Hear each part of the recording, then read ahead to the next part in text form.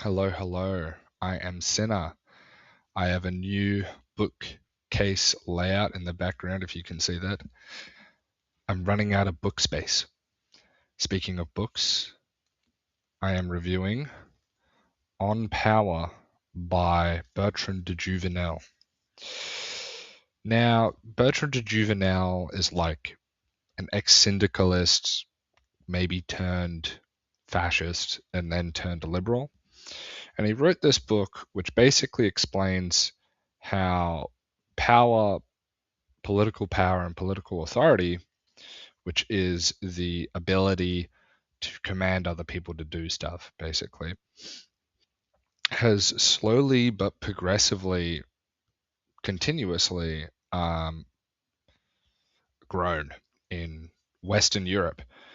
Um, it goes from the Romans to the prehistory to early modern history. The main amount of it is basically about from like the early medieval period to the modern day, and it really echoes a lot of the points made in elite theory, um, and sort of does away with the like neoliberal assumptions about freedom.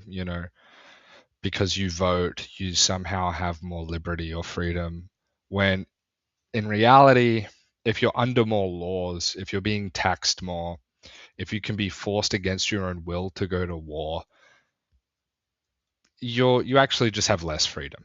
That's just the case.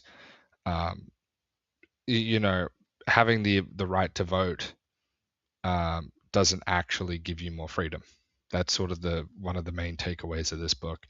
The other main takeaway from this book, which I think is really worth pointing out, is this idea of aristocratic equality.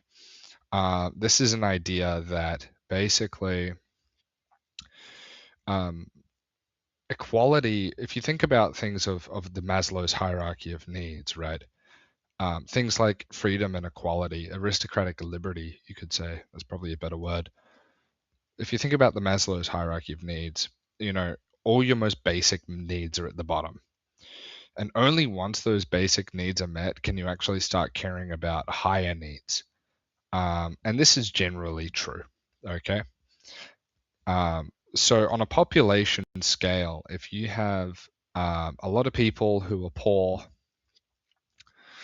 or a large underclass, and you give them the same privileges, right?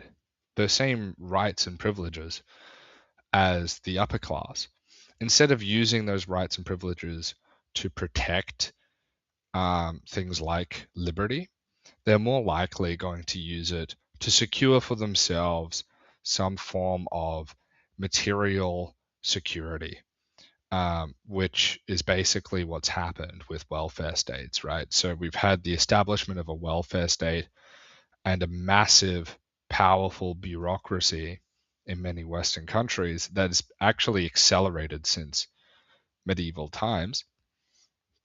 And as a result, the the the country, like, how do I put it, the freedoms of the people have actually become less. People have less freedom, um, and that's a very interesting position. I would actually say, and this might be a weird take, but this book, um, and the Servile State by Hilaire Belloc, and um, the don't collapse, it's fine, and the Managerial Revolution by James Burnham, all come together to make a sort of interesting, cohesive, almost, I guess you could say, like an alternate history of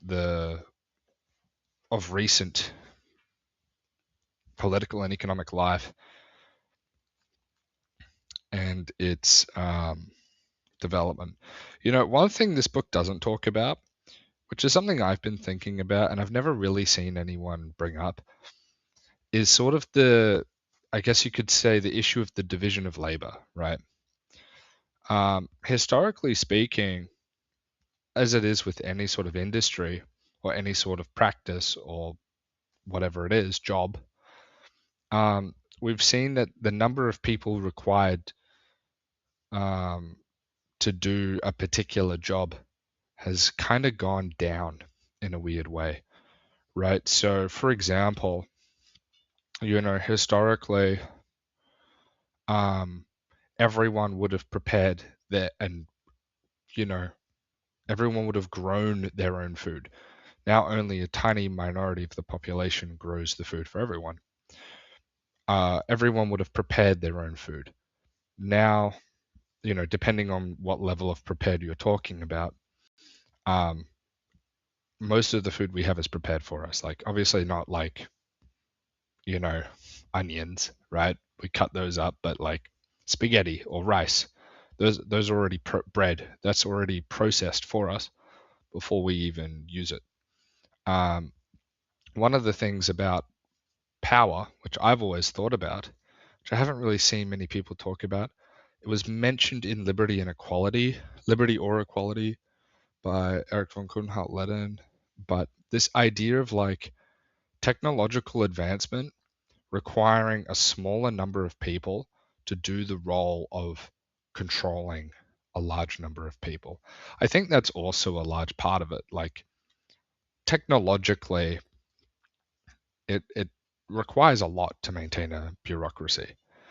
And bureaucracies can become more efficient as technology becomes more efficient, which allows it to be bigger or to control more people. That's something that I think this book really should have touched on, and it didn't, and I think that's a bad thing. But overall, this is a gem of a book. I think this is a 10 out of 10.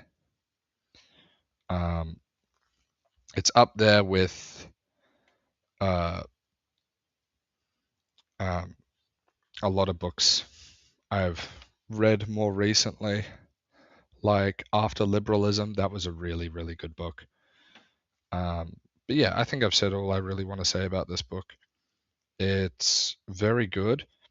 And yeah, I think if you really want to have a society that values freedom, the way to do it is to have an aristocracy.